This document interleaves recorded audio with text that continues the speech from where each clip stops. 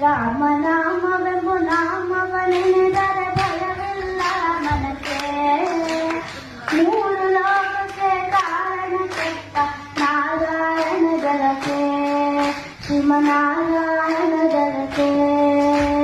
ರಾಮನಾಮವೆಂಬು ನಾಮವನೆನೆದರೆ ಭಯವಿಲ್ಲ ಮನಕ್ಕೆ.